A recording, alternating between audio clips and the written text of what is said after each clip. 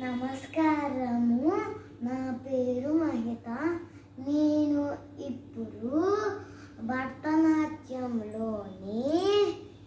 ముద్రల గురించి చెప్తాను. పతాకము, త్రిపతాకము, అర్ధపతాకము, కత్తరీముఖము, మయూరము, అర్ధచంద్రము, అరాళము, శుకతుండము, ముష్టి, శిఖిరము, కపిత్తము, కటకాముఖము, సూచి, చంద్రకళ, పద్మకోశము, సర్పశీర్షము, ఋషిశీర్షము, సింహముఖము, లాంగూలము, అలపద్మము,